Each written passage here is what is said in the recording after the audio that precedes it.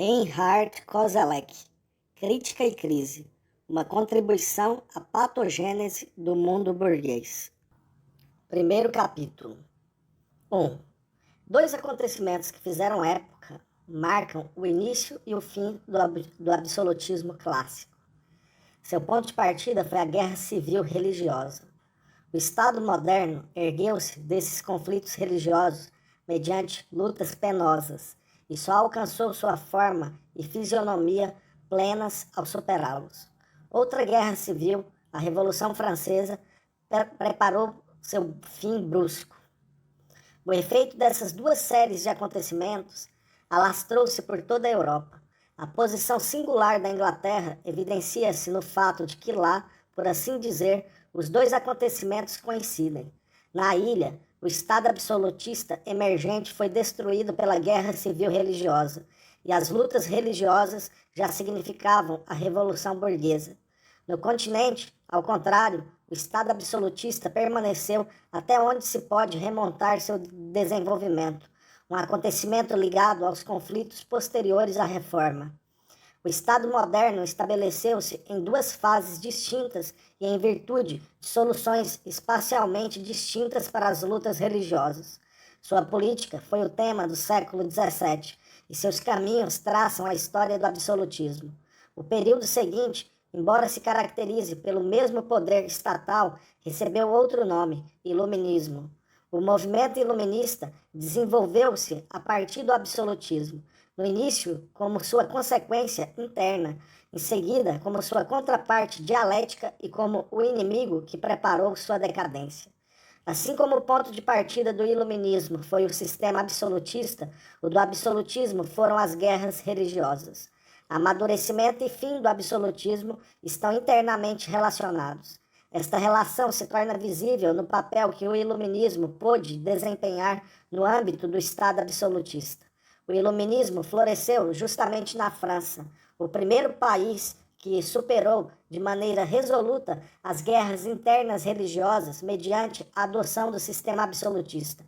O abuso de poder por Luís XIV acelerou o movimento iluminista, em que o súdito se descobre cidadão que na França irá derrubar os bastiões da dominação absolutista. A estrutura política do absolutismo, a princípio uma resposta às guerras civis religiosas, deixará de ser entendida enquanto tal pelo iluminismo. A primeira tarefa desta investigação é apreciar tal conexão. A situação de partida do Estado moderno será explicada na medida em que isso se mostre necessário para explicar o ponto de inserção política do iluminismo neste Estado. Assim, impõe-se uma delimitação metodológica à análise da estrutura política do absolutismo, para além de questões sociais ou econômicas, que traz em si uma justificativa factual. Com apoio de magistrados e militares, o Estado dos príncipes forma uma esfera de ação supra-religiosa e racional, que, em oposição às suas demais instâncias, era determinada pela política estatal. No plano social, as monarquias permaneceram totalmente ligadas à tradicional divisão estamental, a tal ponto que, em geral, se empenhavam em preservá-la. No plano político, porém, os monarcas procuravam extinguir ou neutralizar todas as instituições autônomas. Mesmo o mercantilismo, enquanto sistema econômico, está submetido ao planejamento e à condução estatal. Também as questões relativas à religião e à igreja foram tratadas em função de sua utilidade para o Estado, fosse no âmbito de uma igreja de Estado ou de uma tolerância oportuna. A constelação inicial do iluminismo se insere no domínio próprio desse sistema político que se estendia por toda a Europa. Esse sistema recebeu sua expressão teórica na doutrina da razão de Estado. Criou-se um espaço livre de prescrições morais em que a política pôde se desenvolver independentemente da moral. Nas monarquias, a política promove grandes coisas com o mínimo de moral possível. Quando, em 1748, Montesquieu caracterizou com esta frase a política da época, empregou uma fórmula que, independentemente de seu conteúdo polêmico, não seria mais compreendida pelos iluministas, pois sua evidência histórica remontava a épocas das guerras religiosas. No século XVI, a ordem tradicional estava em plena decadência, e em consequência da perda da unidade da Igreja, a ordem social como um todo saiu dos eixos. Antigos laços e alianças foram desfeitos. Alta traição e luta pelo bem comum tornaram-se conceitos intercambiáveis, conforme as frentes de luta e os homens que nelas se locomoviam. A anarquia generalizada levou a duelos, violências e assassinatos, e a pluralização da Ecclesia Sancta foi um fenômeno para a depravação de tudo o que antes era coeso: famílias, estamentos, países e povos. Assim, a partir da segunda metade do século XVI, um problema que não podia ser resolvido pelos meios da ordem tradicional tornava-se cada vez mais virulento. A época impunha a necessidade de encontrar uma solução em meio a igrejas intolerantes que travavam duros combates e se perseguiam cruelmente, e em meio a frações estamentais ligadas pela religião. Uma solução que contornasse, apaziguasse ou abafasse a luta. Como era possível restabelecer a paz? Na maior parte do continente, o Estado absolutista encontrou a resposta e constituiu-se a partir do que de fato era uma resposta específica à guerra civil religiosa. Qual era esta resposta? O que ela significava para o monarca e o súdito? Uma vez que os partidos religiosos tiravam sua energia de fontes que se encontravam fora do domínio de poder dos príncipes, estes só podiam opor-se a eles rompendo o primado da religião. Só assim foram capazes de submeter os diferentes partidos à autoridade estatal. O princípio, cujus regius, a religião é de quem é a região, decorre do fato de que os príncipes se colocavam acima dos partidos religiosos, mesmo quando eram seguidores de alguma religião. O monarca absoluto não reconhecia nenhuma instância superior a si mesmo, a não ser Deus, cujos atributos ele próprio assumia no espaço político e histórico. Abre aspas, na verdade, a autoridade não é definida nem pelo maior poder, nem por quaisquer leis, nem pelo tempo. Fecha aspas. Em seu Roman à Clef, o Argenis, de 1621, Berkeley forneceu para a monarquia absoluta uma justificação bastante difundida na época e traduzida em quase todas as línguas europeias. Humanista e jurista, o autor partilhou o destino de muitos de seus contemporâneos. Era filho de uma família de refugiados e suas impressões de juventude foram determinadas pelas lutas da Liga e pelo choque da conspiração da pólvora de 1605. Mais tarde, referindo-se a eventos como esses, confrontou o monarca com a seguinte alternativa, abre aspas, ou restituis a liberdade ao povo, ou lhe assegureis a liberdade interior, pela qual o povo sacrificou sua liberdade, fecha aspas. Esta passagem revela a missão histórica de que se incumbia a realeza da época, e que a maioria dos pensadores da geração de Richelieu contra os Lingueurs, Frondeurs e monarcômacos declarava plenamente justificada. Servindo-se ainda da teoria do contrato de governo, Berkeley tinha em vista o Estado absolutista ao destituir os partidos em luta de seus direitos transferidos e, junto com eles, toda a responsabilidade, unicamente ao soberano. O Argenis estava entre as leituras regulares de Richelieu. Seus pensamentos, topoi da época, reencontram-se em seu testamento. Ser tolerante seria mais perigoso que ser severo ou cruel, pois as consequências de qualquer complacência derramariam mais sangue e seriam mais devastadoras que a severidade momentânea. Se o monarca admitisse oposição, sem dúvida se libertaria de responsabilidades, mas carregaria a culpa por todas as agitações que nascessem da tolerância. O postulado de que o monarca detém o monopólio do reestabelecimento da paz impõe ao soberano uma responsabilidade absoluta. Na época, ela se expressou de forma cristalina na afirmação da responsabilidade exclusiva perante Deus. Em seu romance, Berkeley também indica a direção que o rei deveria tomar para pacificar o país, ou fazia com que todos se curvassem ou ninguém se submeteria. A responsabilidade absoluta do soberano exige e pressupõe a dominação absoluta de todos os sujeitos.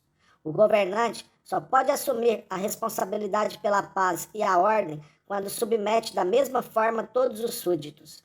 Ocorre assim uma profunda ruptura na posição dos súditos, que até então tinham seu lugar no interior de um sistema múltiplo, embora frouxo, de responsabilidades, como membros de uma das igrejas, independentes de vassalos, no quadro de uma instituição política própria ou de uma das ordens estamentais.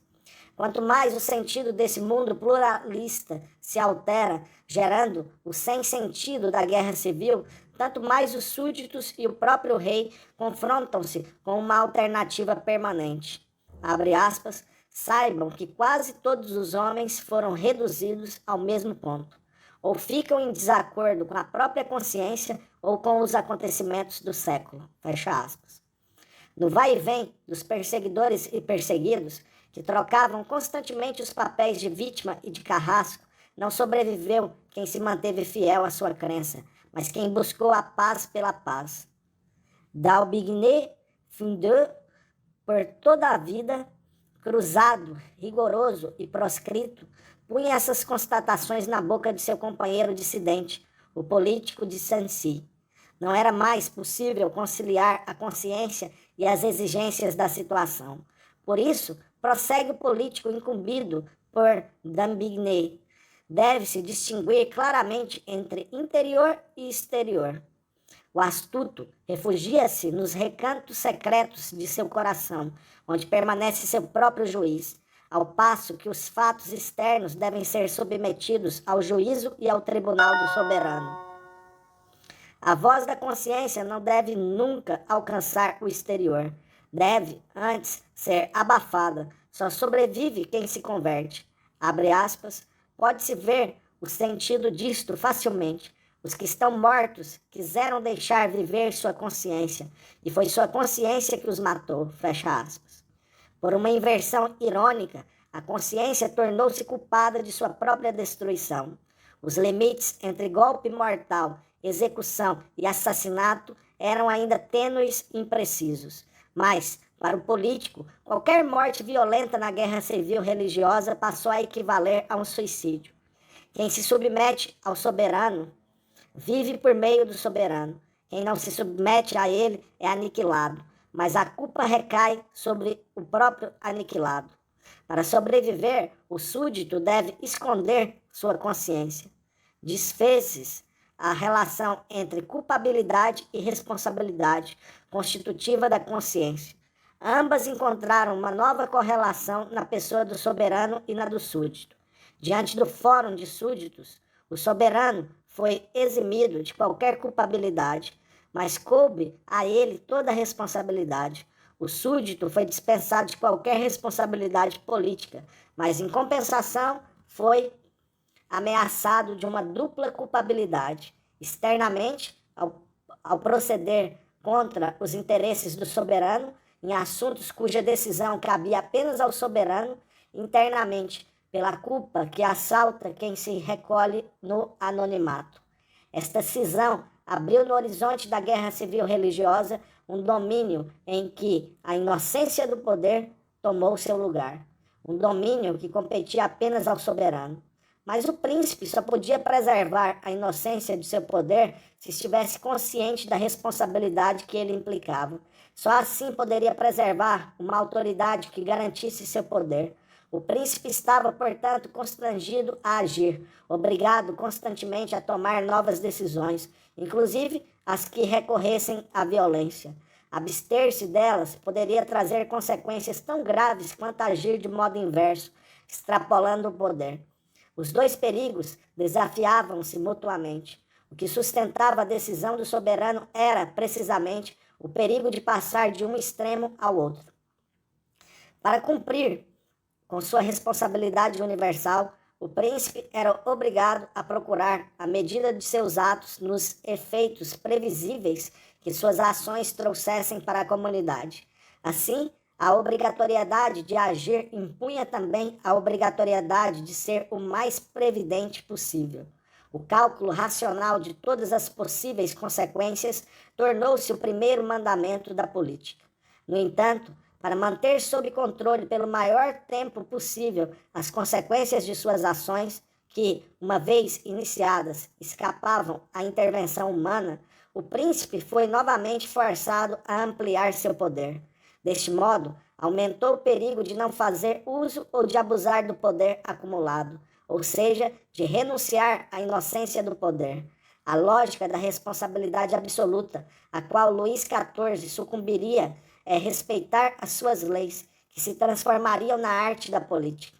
O espaço de manobra da inocência do poder permaneceu estreitamente limitado pelas prescrições de uma moral da ação mais severa. Estes preceitos formavam as regras da política que deviam permanecer essencialmente estranhas ao súdito, destituído de poder. Políticos e doutrinadores de uma moral secular estavam de acordo nesse ponto. No século XVIII, eles já estariam separados em campos opostos, mas no século XVII ainda tinham um inimigo comum, os teólogos.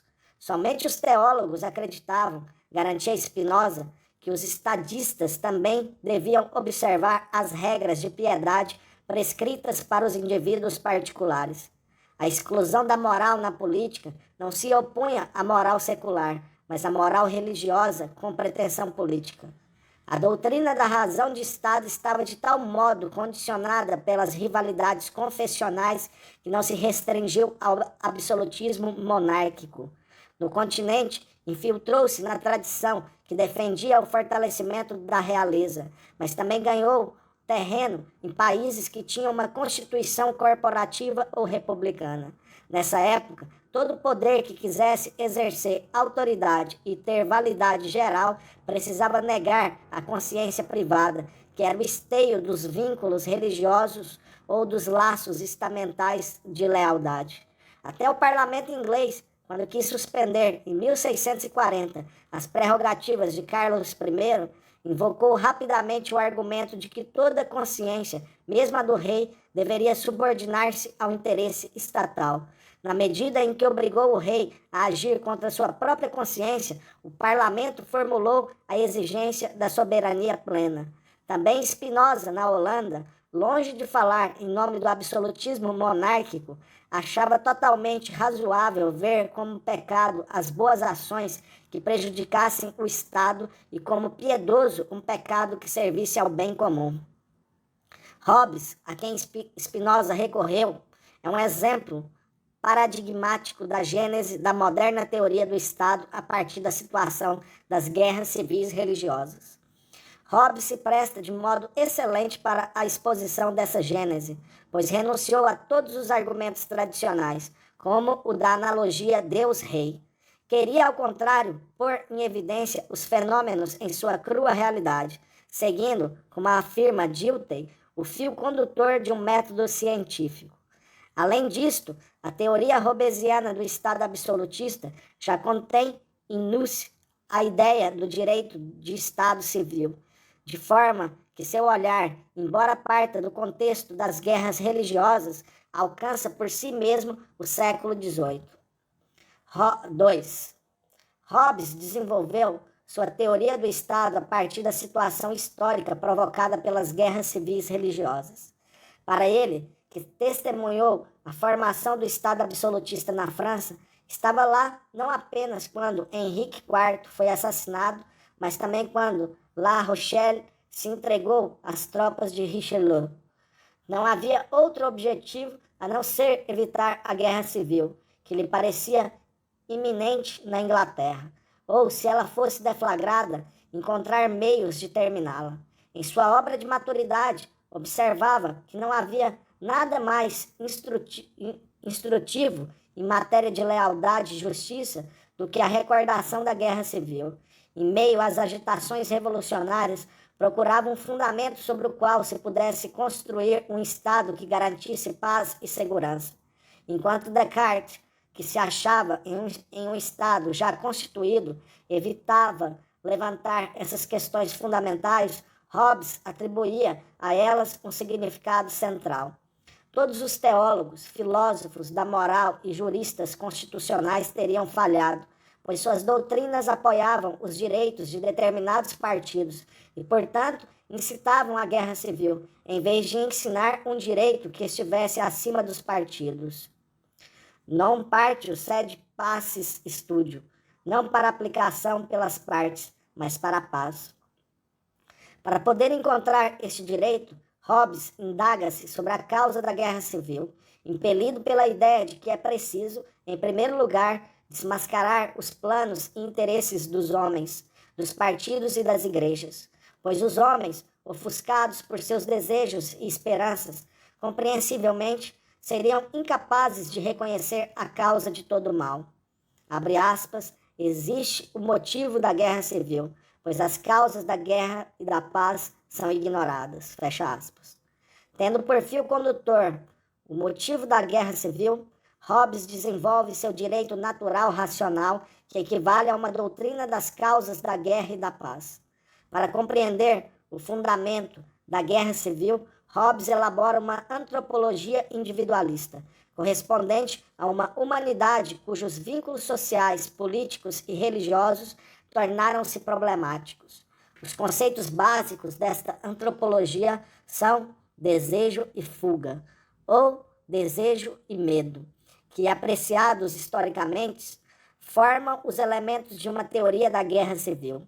Mas, visto como um todo, o sistema de Hobbes se constrói de tal forma que o resultado, isto é, o Estado, já está contido nas premissas da guerra civil. Os indivíduos são descritos de antemão em função de suas existências como sujeitos, isto é, como súditos do soberano. Sem uma instância estamental intermediária, são integrados à ordem pública de modo a poderem desenvolver-se livremente como indivíduos. O individualismo de Hobbes é o pressuposto de um Estado ordenado e, ao mesmo tempo, a condição de um livre desenvolvimento do indivíduo. A princípio, a humanidade é dominada por uma paixão, pelo desejo incessante de poder, ao qual somente a morte põe fim. Conflito, guerra e guerra civil, guerra de todos contra todos, são a sua consequência. O medo constante de uma morte violenta impede a humanidade de respirar. Por isso, o desejo de paz é tão fundamental quanto o desejo de poder.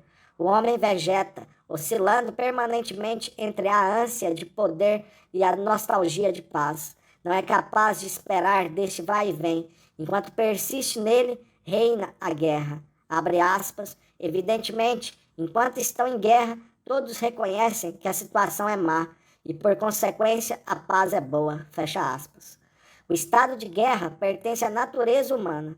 A paz só existe enquanto esperança e desejo. Embora se deseje a paz como bem supremo, tal desejo não basta em si para assegurar uma paz duradoura. Nisto reside, para Hobbes, o verdadeiro problema da filosofia moral. Ao formular assim o problema, Hobbes supera a maneira pela qual ele era, em geral, tratado na época. Nega a primazia das questões que inquietavam os ânimos dos ingleses, fosse a relação das seitas com a igreja do Estado, do parlamento com o rei ou dos direitos fundamentais com o protetor. A solução encontrada por Hobbes nos interessa sob dois aspectos. Em primeiro lugar, mostra a consciência e o papel que ela exerce nos conflitos religiosos como uma construção ideológica. Assim, destitui o problema de seu efeito explosivo. Para Hobbes, a subordinação da moral à política, característica da doutrina da razão de Estado, é tematicamente irrelevante. A razão suprime qualquer diferença entre as duas ordens. A necessidade de fundar o Estado transforma a alternativa moral entre o bem e o mal em uma alternativa política entre a guerra e a paz. Mas, em segundo lugar, a distinção permanece relevante. Por isso, é preciso indicar como esta distinção, quase contra a vontade de Hobbes, surgiu de um modo que caracteriza o direito político absolutista. Aí se revela a lógica inerente a esse processo histórico. O problema tratado até então pela filosofia moral cristã reaparece sob outros traços distintivos fora do âmbito da teologia. Todo o século XVII será dominado por esta problemática. Externamente, Hobbes concorda com os filósofos morais de seu tempo no que diz respeito à concepção do que o homem é regido por leis eternas e imutáveis. As leis morais têm um caráter obrigatório universal e constrangem os homens a julgar suas ações em sua consciência, em foro interno, não pelo efeito, mas pela intenção. Contudo, acrescenta Hobbes, as leis que só envolvem o querer em sua sinceridade e constância são fáceis de observar. Abre aspas, elas são fáceis de observar, pois nisso nada exigem senão o empenho. Aquele que se esforça em seu desempenho as cumpre, e aquele que cumpre a lei é justo. Fecha aspas. Com uma vontade pura é fácil ser justo. O sarcasmo contido com o qual Hobbes, duplamente refugiado no interior e no exterior, reagiu a cada uma das justiças dos partidos da Guerra Civil, é característico de um pensador que experimentou na própria carne a dialética fatal entre a consciência e a ação. A discrepância entre a atitude interna e a ação externa aumentou de tal forma que o verdadeiramente justo tornou-se totalmente intercambiável. A convicção ou a ação, os dois ao mesmo tempo, ou somente um dos dois? O que viria antes, a convicção ou a ação? Conhecendo a dialética vigente entre as duas esferas, Hobbes investiga suas relações recíprocas de uma forma fundamentalmente nova. Depara com o mesmo fenômeno a que alude Shakespeare ao dizer, abre aspas, pois esta mesma palavra, revolução, separou-lhes da alma as ações do corpo, fecha aspas. A intenção de Hobbes já se torna clara quando se percebe que, desde o início, ele se empenha em renunciar ao emprego habitual da palavra consciência. Ele a destitui de valor, por causa do uso incerto, substituindo-a pelo conceito de opinião, despido de qualquer significado religioso. A consciência não seria nada além de uma convicção subjetiva, ou seja, de um ponto de vista privado. Quando os presbiterianos e independentes invocam a graça religiosa para encontrar uma justificativa teológica, trata-se para Hobbes apenas da expressão de sua paixão. Assim, ele elabora uma terminologia extra-religiosa e conquista uma posição suprapartidária que lhe permite analisar todos os partidos em seu conjunto, como parte de uma unidade de eventos. Hobbes reconhece, sem ilusões, a distância entre as intenções dos partidos guiados pela teologia moral e as práticas pelas quais procuravam realizar seus objetivos. Ainda que não houvesse nenhuma dúvida quanto à boa intenção de sua vontade de paz, obviamente não havia consenso quanto aos meios e caminhos apropriados para estabelecer essa paz. Além disso, a convicção de cada um, que produzia efeitos e ações variados, garantia aos partidos a pretensão de expressar proposições com caráter obrigatório universal. Disto se segue que não somente as ações, mas também as convicções opunham-se umas às outras, e as convicções levavam a ações cada vez mais radicais, com o objetivo de aniquilar o inimigo não só externamente, mas também internamente.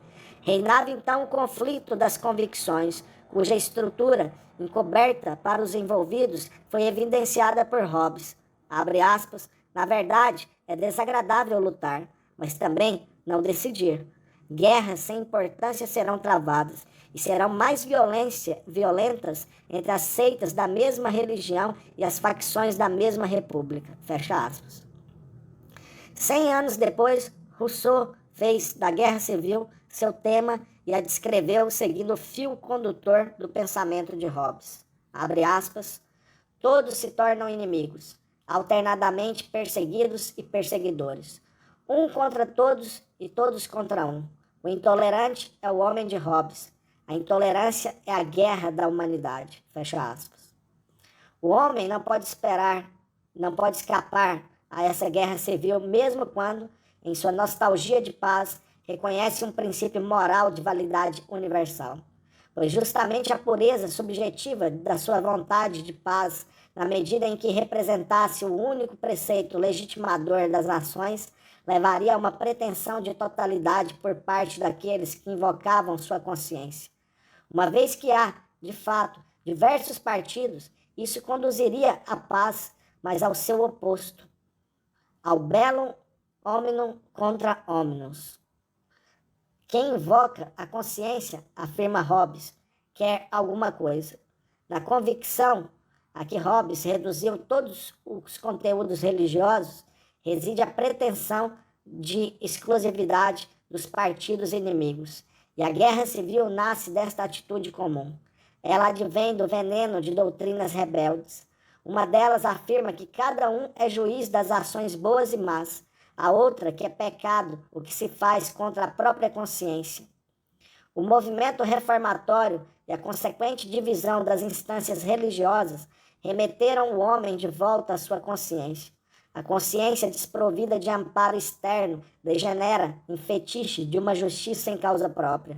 Não surpreende que precisamente essa consciência desse coragem e energia aos partidos beligerantes que continuarem a lutar.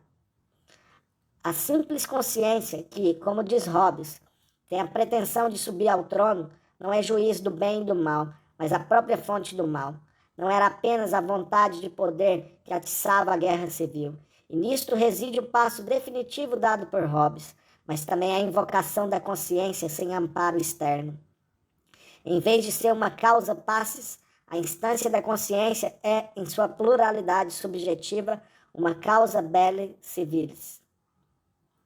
Ao tecer reflexões de filosofia moral para examinar os pressupostos necessários a uma paz duradoura, Hobbes ultrapassa a problemática tradicional.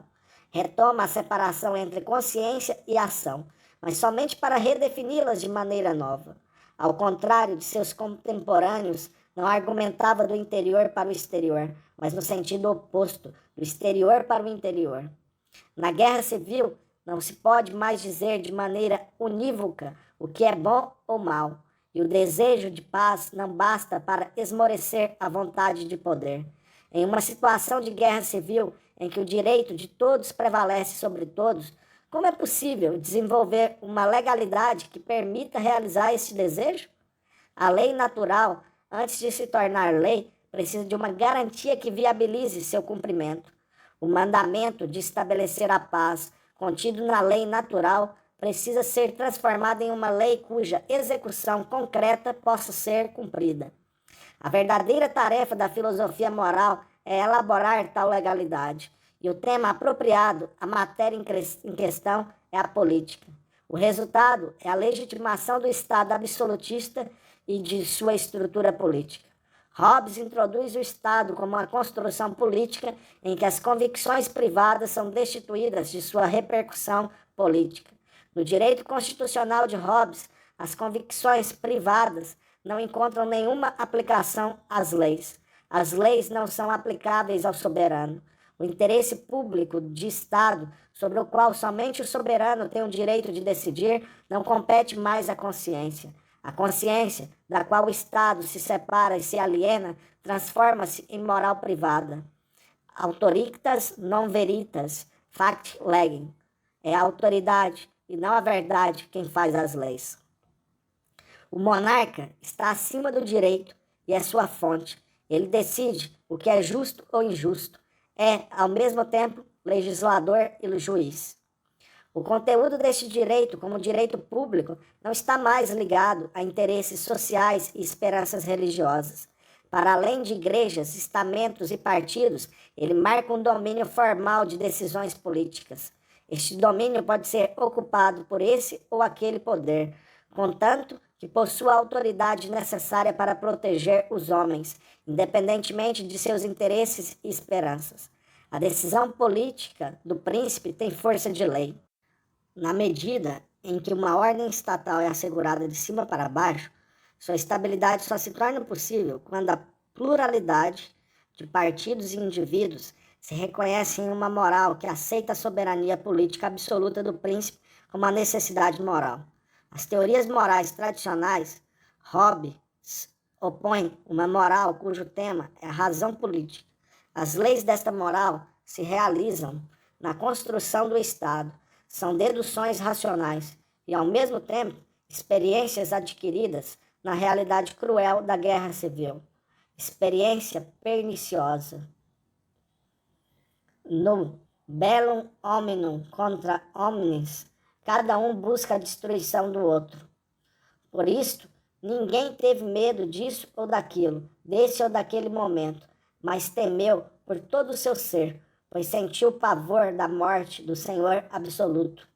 Mas o medo da morte impele o homem a refugiar-se no Estado. Oferecer proteção é, portanto, a suprema obrigação moral do Estado. Contudo, o Estado só pode cumprir com esta obrigação se todos os homens transferirem seus direitos ao soberano, que os representa em seu conjunto. Mas a moral racional só é legal, e nisto reside a garantia política desta teoria moral. A partir do momento em que o Estado garante o cumprimento deste mandamento racional, o desejo subjetivo de paz não basta em si mesmo, pois depende da sanção estatal para ser investido de um caráter moral. A razão exige o Estado, mas só se torna política e moral quando o Estado passa a existir.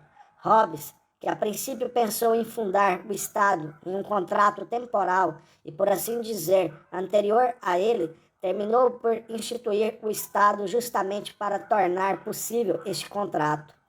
O paradoxo lógico reside no fato de que, embora deva sua existência a um contrato, o Estado existe daí em diante como uma construção autônoma.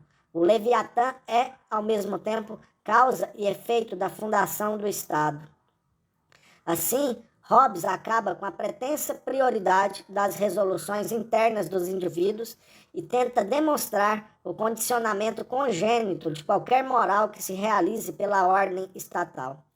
A consequente eliminação absolutista de qualquer dualidade entre estamentos e monarca, entre povo e soberano, se quisesse ser dotada de sentido, também interditava uma separação entre lei e moral. Lei moral e legalidade política. A guerra civil, que é vivida como uma ameaça mortal, alcança a paz no Estado.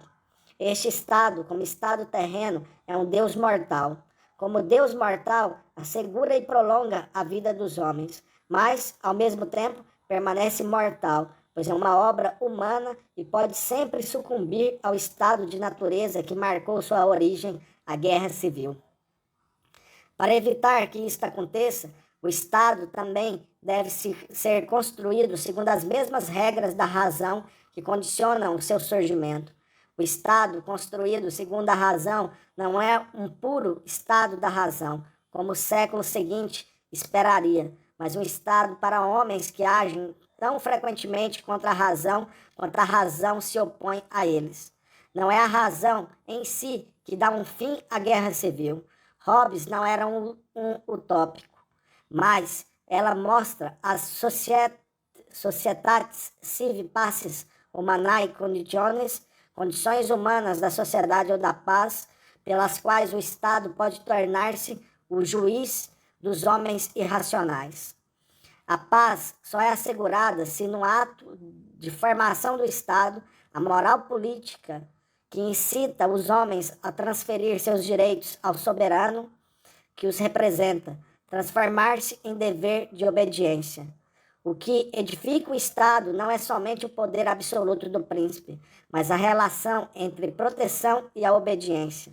Só na associação que surge entre proteção e obediência se pode formar um status neutro em que as leis, embora diferentes em seu conteúdo, garantem, em virtude apenas de sua legalidade, a paz, a segurança e o contentamento.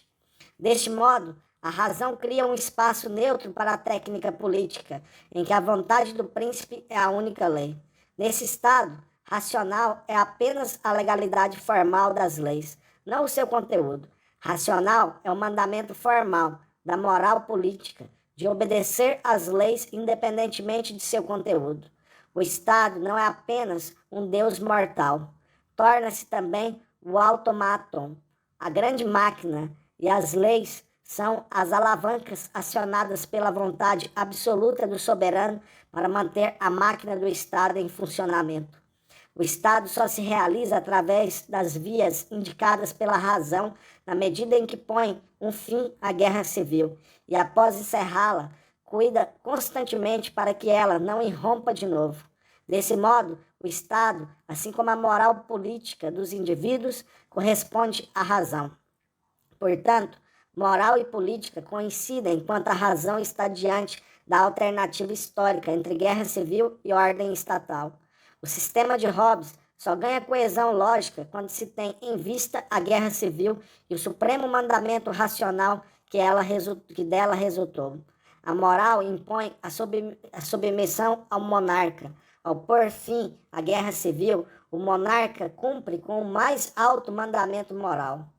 A qualificação moral do soberano reside em suas funções políticas, isto é, em instaurar e manter a ordem. Ao deduzir a soberania inviolável do príncipe a partir da multiplicidade de partidos presentes na guerra civil, que se legitimavam pela teologia moral e pela religião, Hobbes dá uma resposta à situação histórica em que viveu. Assim como, no continente, o Estado superou as guerras religiosas e, deste modo, adquiriu sua forma absolutista, no âmbito do direito público e da filosofia moral, a mesma tarefa foi executada pela razão. Razão que, em Hobbes, sabia-se tão superior àquele conflito desordenado de homens irracionais, supersticiosos e impossíveis, quanto o monarca absoluto era em relação aos súditos. Para Hobbes, a razão é o fim da guerra civil, uma frase cujo significado histórico também pode ser invertido. O fim das guerras civis e religiosas é a razão. Aqui se manifesta a convergência inerente à situação entre o absolutismo e a filosofia racionalista. A razão que se eleva das agitações da guerra civil religiosa permanece, a princípio, na senda desta guerra e funda o Estado. Pode-se entender por que Hobbes não viu que a razão poderia emancipar-se pelo movimento iluminista. Ele não conhecia a vertente própria da razão. A determinação do homem é a sua emancipação pela razão, mas, para Hobbes, esta não pode ser a determinação da história, pois ele vivenciou a história como história das guerras civis. Não é o progresso que pede o Estado, mas a necessidade de pôr fim à guerra civil.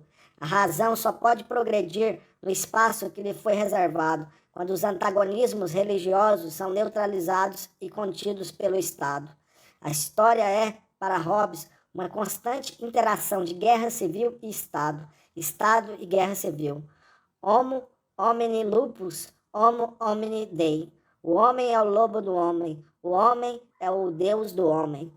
As dificuldades lógico-formais do sistema de Hobbes, tantas vezes tratadas, só podem ser apreciadas quando se deixa de lado esta ambivalência, ao mesmo tempo ameaçadora e auspiciosa quando se ignora a questão histórica de que ele parte e se separa o seu sistema de um contexto histórico determinado.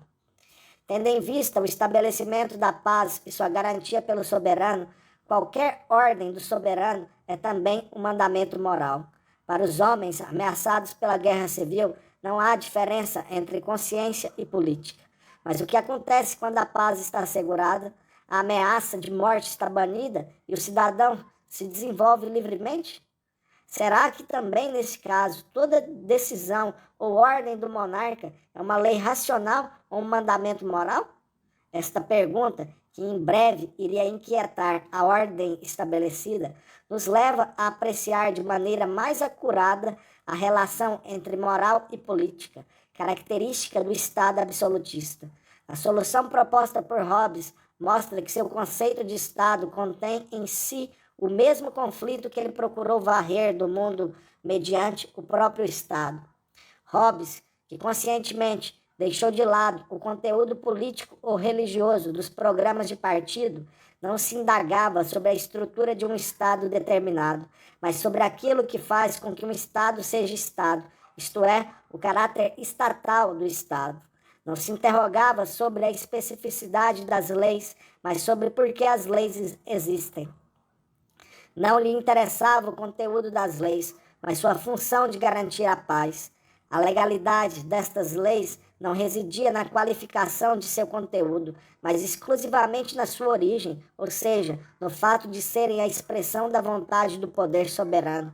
Mas para possibilitar sua legalidade no sentido suprapartidário, neutro e indiferente à religião, Hobbes sempre recorreu à diferença entre convicção interna e ação externa, deduzida da realidade histórica. Ele usou esta discrepância que motiva sua análise após a Guerra Civil para colocá-la a serviço da ordem estatal. A formalização do conceito de lei soberana alcançada por Hobbes funda-se, ainda que mediante uma avaliação nova e construtiva, numa separação entre consciência interior e ação exterior, pois somente esta diferenciação permite separar o conteúdo de uma ação e a própria ação, pressuposto necessário para um conceito de lei formal. Só assim é possível declarar, independentemente de seu conteúdo moral ou religioso, o caráter legal de uma lei e, ao mesmo tempo, cumpri-la enquanto tal.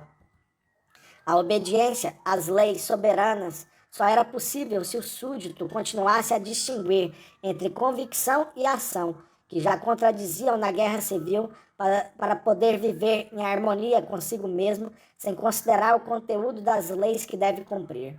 Deste modo, o pressuposto histórico da Guerra Civil tornou-se o pressuposto necessário ao pensamento de Hobbes, pois lhe permitiu deduzir o seu conceito de soberania absoluta.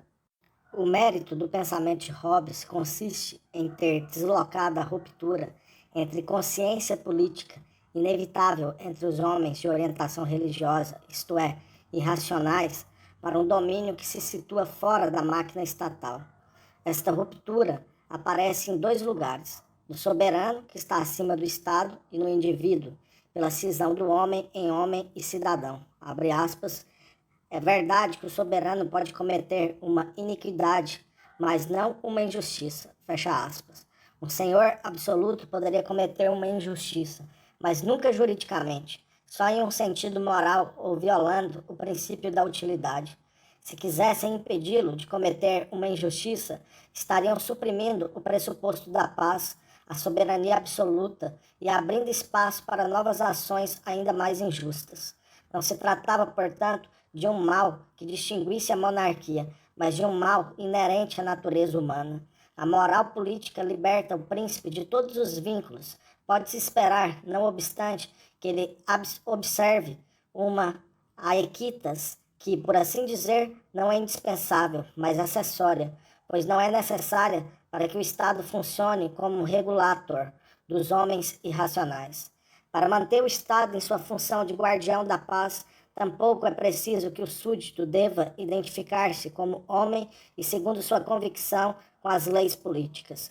Ao contrário, o homem, como cidadão, não deve mais buscar a prima causa das leis em Deus, mas em uma construção temporal, isto é, no poder que põe fim à guerra civil.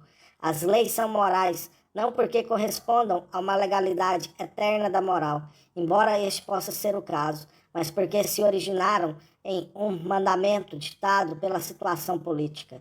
Estas são as leis da moral política, sobre as quais o soberano decide, por razões inerentes a essa mesma moral. Uma virtude é uma virtude não por causa da convicção ou da justa medida, mas do seu fundamento político. Contudo, para o homem como homem, a convicção ou a própria consciência permanece o último critério da moral.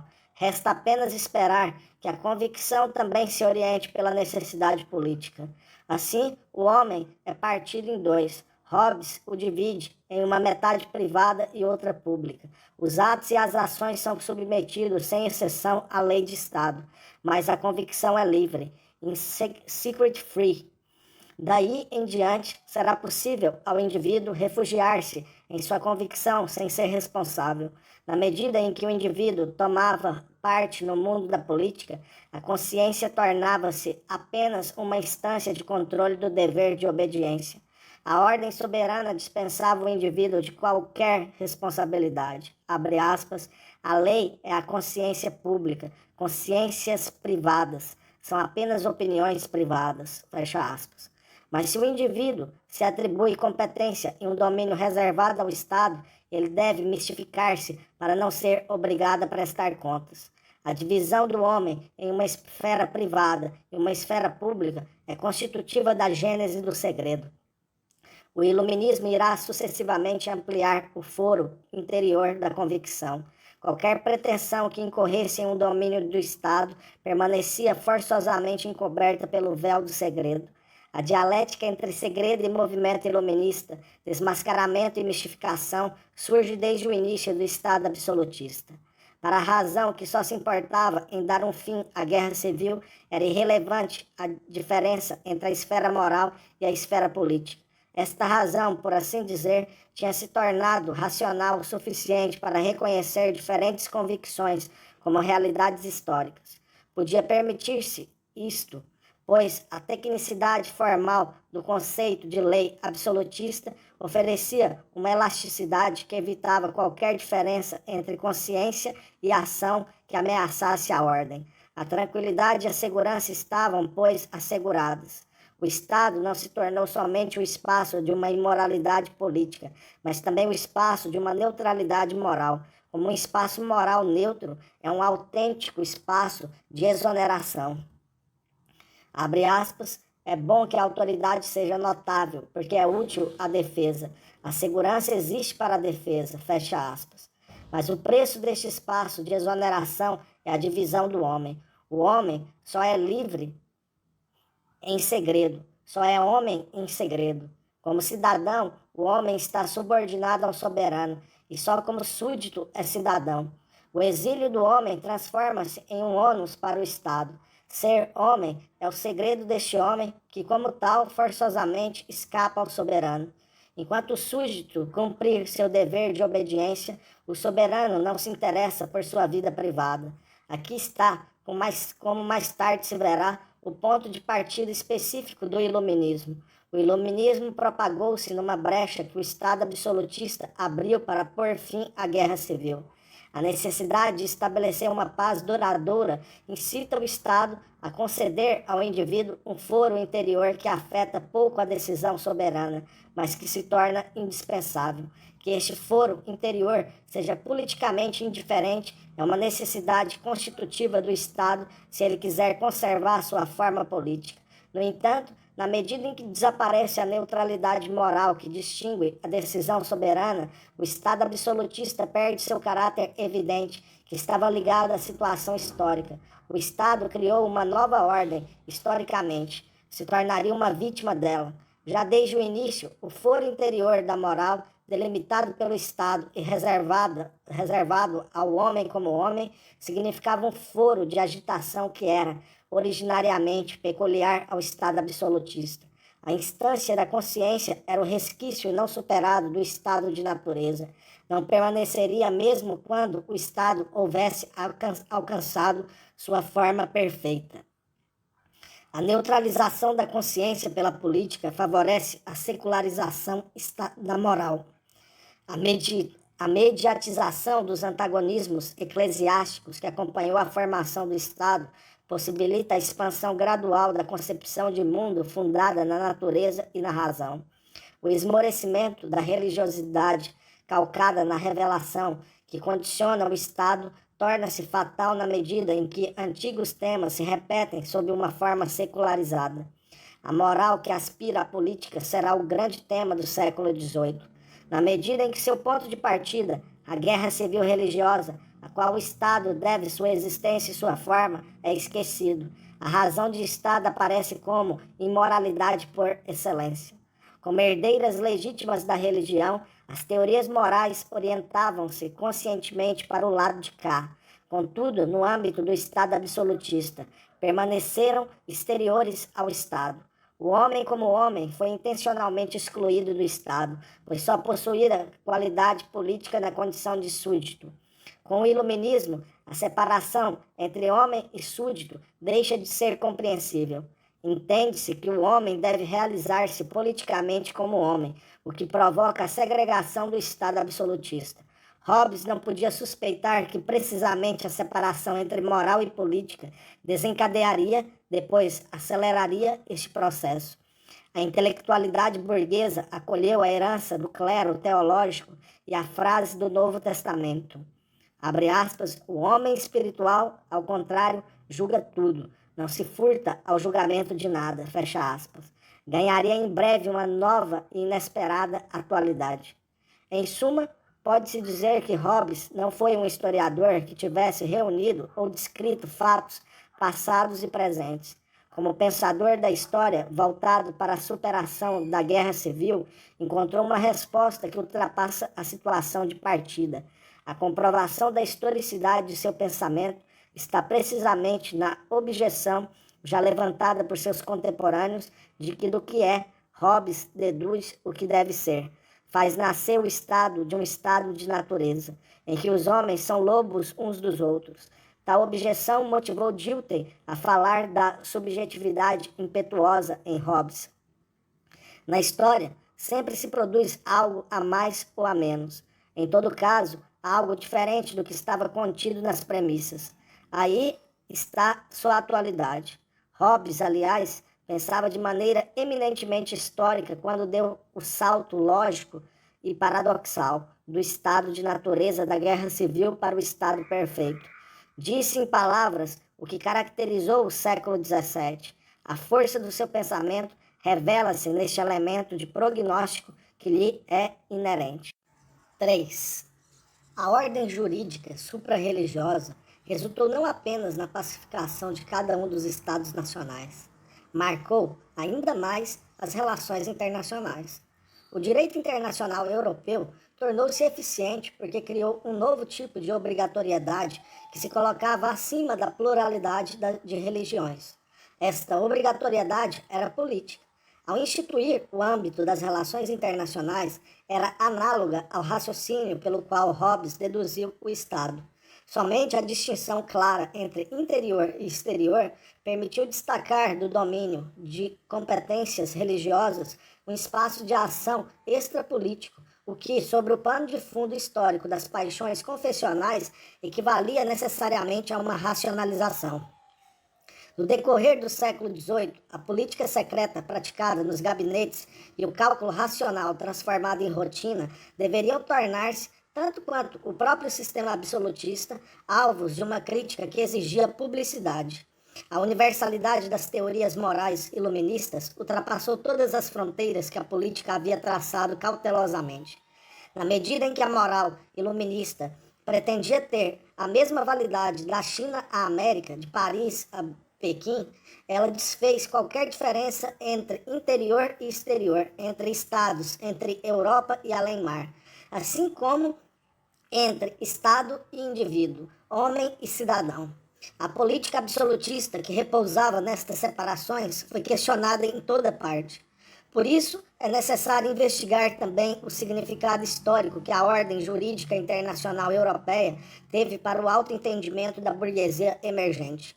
O fim das guerras religiosas quer dizer a formação das instâncias soberanas que, na época, solucionaram, cada uma a seu modo, os problemas religiosos, conduziu ao estabelecimento de estados territoriais unificados. Por força da soberania absoluta, o interior de um estado foi delimitado rigorosamente em relação ao espaço interior dos outros estados. A consciência do soberano era absolutamente livre e competente para moldar o grande foco interior do Estado que representava. Assim, o próprio Estado tornou-se uma persona moralis, independentemente de sua constituição interna, fosse católica ou protestante, monárquica ou republicana, perante os outros Estados que também se compreendiam como persona moralis. A delimitação de um foro interior estatal independente de outros estados, cuja integridade moral, como Hobbes havia mostrado, fundava-se apenas em seu caráter estatal, fez com que se desenvolvesse no exterior, obrigatoriamente, um sistema internacional e coletivo. Vattel, representante clássico do direito internacional europeu no século XVIII, disse que Hobbes foi o primeiro a dar, abre aspas, uma ideia distinta, mas ainda imperfeita, do direito internacional, fecha aspas. Para Hobbes, uma vez que o bellum omnium contra omnes esteja superado no interior do Estado, o estado de natureza não reina mais entre os homens individualmente, mas somente entre os estados, entendidos como magni homines, grandes homens. O direito natural dos indivíduos pré-estatais pôde ser transformado em um direito público internacional mediante a personificação dos estados surgidos na realidade histórica. O jus publicum europeu, direito público europeu, fundava-se na rígida separação entre o foro interior do Estado, moralmente inviolável, e as relações exteriores e políticas dos Estados entre si. Os Estados eram absolutamente livres, e os soberanos, como em Hobbes, o homem na condição de homem, eram submetidos somente à sua própria consciência, sem, como os homens na condição de cidadãos, subordinar-se a uma autoridade institucional superior comum. Mas nessa liberdade do direito natural, os Estados reconheciam-se uns aos outros e de uma maneira totalmente política, a diferença dos partidos da Guerra Civil, como persona moralis.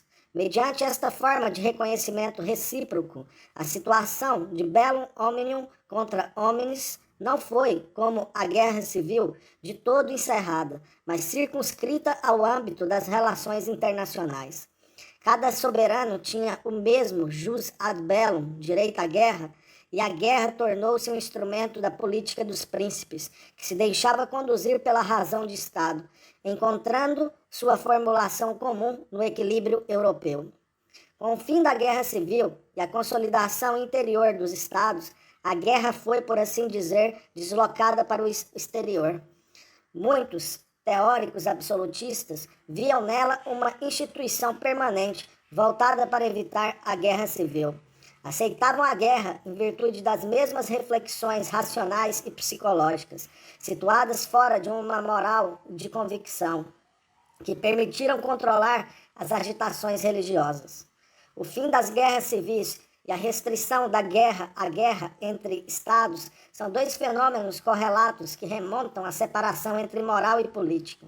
O primeiro de maneira implícita e o segundo de maneira explícita. No direito internacional, esta separação se expressa no fato de que os estados em guerra, como os homens no estado de natureza, confrontavam-se em pé de igualdade, sem qualquer consideração pela justa causa moral. Compreendiam-se como justus hostis, inimigos legítimos, em virtude apenas de sua qualidade de Estado, independentemente da razão moral da guerra. Mas a compreensão e o estabelecimento jurídicos de um âmbito político externo que não recorria a argumentações morais não significava a concessão de uma carta branca para agir levianamente em tempo de guerra ou de paz. Baseava-se, como a dedução hobbesiana do Estado, na ideia de que a invocação da consciência, ligada a leis morais eternas, não é um meio suficiente para estabelecer uma ordem internacional, mas, pelo contrário, uma ameaça a esta ordem. As nações soberanas, diz Vartel, em 1758, quando participava como funcionário do Estado da Saxônia, da luta exasperante contra a Prússia de Frederico o Grande, Frederico II, são livres e independentes, submetidas apenas à sua própria consciência, como os homens no estado de natureza. A consciência das diferentes nações permanece ligada à lei natural eterna e sempre idêntica a si mesma, e neste sentido está sempre submetida ao jus interno, direito interno, ao droit de gens nécessaire. Vettel se pergunta como é possível cumprir com esta pura lei moral, abre aspas, mas como fazer valer essa regra nos desentendimentos entre os povos e os soberanos que vivem juntos em estado natural? Fecha aspas. Trata-se de uma questão análoga à que se levantava para Hobbes quando, na Guerra Civil, ele perguntava como se poderia realizar o mandamento moral unívoco da paz. Assim como Hobbes no plano estatal, Vattel, no plano das relações internacionais, chega à conclusão de que esta ordem só poderia ser preservada se a consciência dos soberanos não se limitasse apenas às leis morais, mas considerasse, sobretudo, os dados da política. Isto implicava lidar sempre com várias forças que se confrontam, o que na época significava uma multiplicidade de estados. Em caso de conflito, ainda que no sentido de uma moral eterna, apenas um lado possa ter razão, todos os envolvidos agem de boa fé. Dans le bonne foi. Para dar conta deste estado de coisas, esboçou-se, ao lado do droit de gens nécessaire, o droit de gens volontaire. Este direito de jus externo, direito externo, funda as regras de uma moral de ação internacional, essencialmente política. Ambas as formas de direito fundamentam-se na razão, mas numa razão orientada pela realidade política que, eventualmente, suspende o jus interno moral em favor do jus externo político. Só então, diz Vattel, pode-se instaurar uma ordem de paz. Esta subordinação de leis morais a necessidades políticas salta aos olhos quando se lê que a invocação da consciência moral não apenas não ajuda a terminar um conflito, mas como todos os envolvidos agem dans la bonne foi, antes o acirra e perpetua. Abre aspas, a decisão do direito, da controvérsia, não será por isso mais favorecida e a luta se tornará mais cruel, mais funesta em seus efeitos, mais difícil de terminar. Fecha aspas. Além disso, ele acrescenta que a moralização da guerra levaria a uma extensão da guerra, pois os neutros, sob o mandamento de uma moral estrita, seriam forçados a intervir no conflito.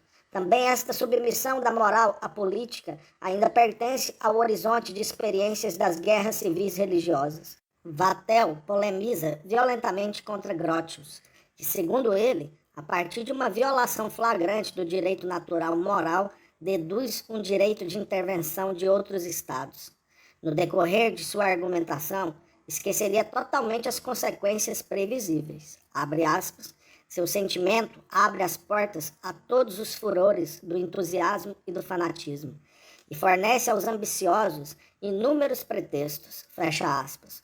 Os horrores da Guerra dos 30 anos ainda estavam nítidos diante dos olhos de Vattel. Conforme estabelecem os tratados de paz de Westfália para a Europa Central, todos os estados são, em seu conjunto, os fiadores de uma ordem que reprime a guerra civil. Por isso, numa passagem significativa, o próprio Vattel transgride o princípio da não intervenção, que no mais defendia rigorosamente e que deveria garantir a ordem interior. Ele pode ser violado quando um povo pede ajuda externa para escapar de uma tirania religiosa exercida com meios políticos. Com esta transgressão do princípio da não intervenção, Vattel está no limite entre uma argumentação moral burguesa e uma argumentação político-estatal. Cidadão protestante, procurava justificar o desembarque de Guilherme d'Orange na Inglaterra, assim como já havia questionado o interior do sistema absolutista, alegando a situação do povo e a tolerância. Mas, ao mesmo tempo, este trecho prova claramente que o pressuposto histórico do Estado moderno, ou seja, o fim da guerra civil religiosa, tenha sido retomado como pressuposto interno dos Estados na ordem internacional. Se um Estado põe em risco sua função de neutralizador de condições religiosas, admite-se, em caso de necessidade, a violação de sua soberania pela intervenção de outros Estados. Esta forma de intervenção, rara no século XVIII, não ocorreria, então, por motivos morais. Serviria, sobretudo, para garantir uma ordem política encarregada de impedir que as religiões fanáticas interviessem na política. A luta contra o despotismo religioso, os princípios de uma moral laica civil e de uma política nacional supra-religiosa ainda coincidem. Quando deixam de coincidir, a consciência das consequências cruéis de um utopismo religioso motiva Vattel a submeter, inclusive, a moral natural à política, a fim de manter a ordem estatal. Para ele, a verdadeira justiça moral só se encontra no além, mas uma moral voltada para o lado de cá e para as exigências políticas recalca forçosamente a consciência e a convicção individuais, pois estas se referem a leis naturais eternas ou à fé. Desse modo, a despeito de reconhecer os deveres morais da consciência, aos quais, como cidadão esclarecido do século XVIII, rendia homenagem, Vattel chegou à conclusão de que o direito internacional, para ser um direito, deveria, por sua natureza, necessariamente ser e permanecer imperfeito em sentido moral. Da moral de uma razão política nasce o droit de gens volontaire, que, a diferença do direito natural internacional, representa a verdadeira conquista do pensamento absolutista. Esse direito, abre aspas, tolera o que é impossível evitar sem introduzir males maiores, fecha aspas.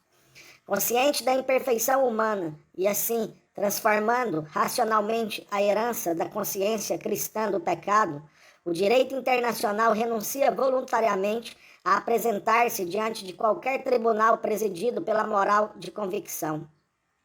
Só assim os membros da comunidade do direito internacional podiam assegurar reciprocamente sua liberdade. Este reconhecimento puramente formal e sem conteúdo moral podia conter injustiça.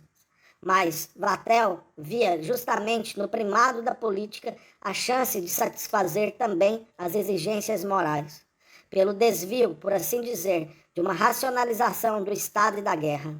A condição da melhor ordem possível era a separação do direito internacional em droit de gens nécessaires, ao qual se submetia apenas a consciência do soberano, sem coação externa, e em droit de gens volontaires, que comportava as regras de um âmbito político isento de argumentos morais.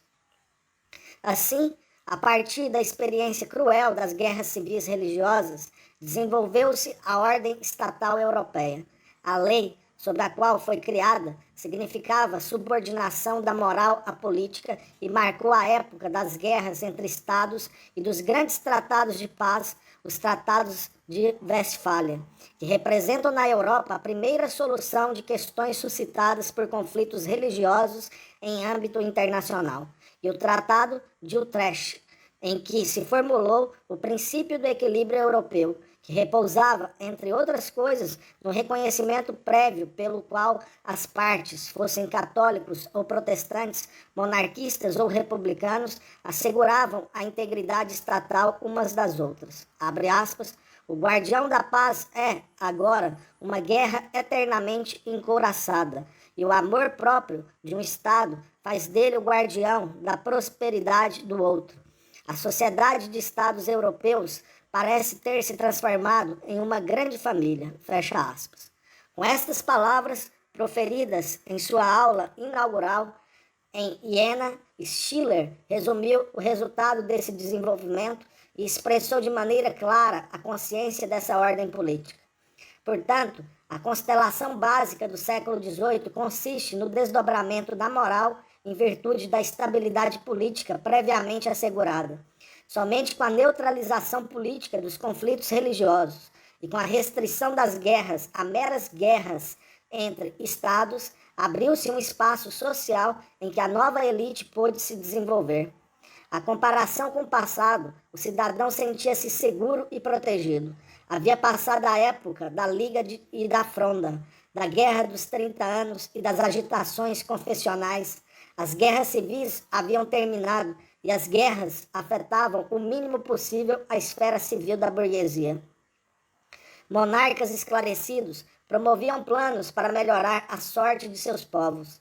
Ao equilíbrio vigente, associava-se a esperança otimista de que até mesmo as guerras pudessem ser gradativamente eliminadas. Não importa quão longe as esperanças se alçavam individualmente. Em todo caso, não eram apenas desejos utópicos, mas consequências da ordem de fato e, como tais, sintomas desta ordem. A crença histórico-filosófica do homem burguês no progresso moral só ganhou sua evidência histórica sobre o pano de fundo da segurança vigente. Posto em seu contexto histórico, o progresso moral é, portanto, produto da estabilidade política. Mas a estabilidade, por seu lado, repousava numa constituição política a qual a moral deveria necessariamente se subordinar. No curso do seu desenvolvimento, o mundo moral, que se baseava na ordem política, teve que desvencilhar desta ordem. O caminho que deveria tomar tinha sido traçado ao separar-se, de um lado, o direito natural e, de outro, um domínio de decisão livre, entregue ao príncipe. Aos defensores de um direito natural unificado e unificador, esta separação podia parecer uma dupla moral que deveria ser desmascarada. No decorrer do desmascaramento, isto é, do iluminismo, anulou-se também o sentido histórico original desta separação. Delimitar um domínio racional em proveito da responsabilidade política. Passou-se a considerar a política somente sob o ângulo da consciência esclarecida. Pode-se dizer, diz um crítico esclarecido da ordem jurídica internacional, abre aspas, que, na medida em que os reis aumentaram seu poder sobre os súditos e a arte de governar os uniu entre si mediante uma convivência mais precisa, sua honra e consciência foram à falência. Fecha aspas. A relação indireta com a política é determinante para o homem burguês. Ele permanece numa espécie de reserva privada, que torna o monarca culpado de sua própria inocência. Em comparação com a inocência do príncipe, o súdito era potencialmente culpado. Agora, em comparação com a inocência dos cidadãos, o monarca é sempre culpado.